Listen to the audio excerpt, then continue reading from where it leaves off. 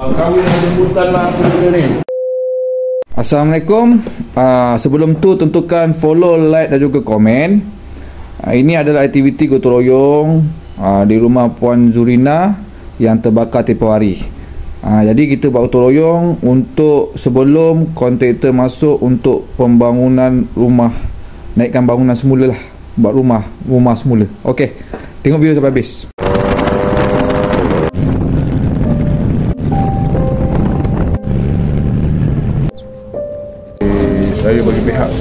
Saya bagi pihak PPDM Bukit Tanah yang hari ini kita buat gotong royong di rumah Puan Zurina Siddiq yang terbakar tempoh hari. Terima kasih banyaklah kerana banyak ahli lebih kurang yang datang untuk mengemaskan barang-barang yang diasingkan lah, mana barang-barang yang boleh digunakan. Sekali lagi lah, terima kasih banyak kepada semua, daripada KOD dan kepada BKM Cawangan Bukit Tanah. Sekian, terima kasih banyak. Okey.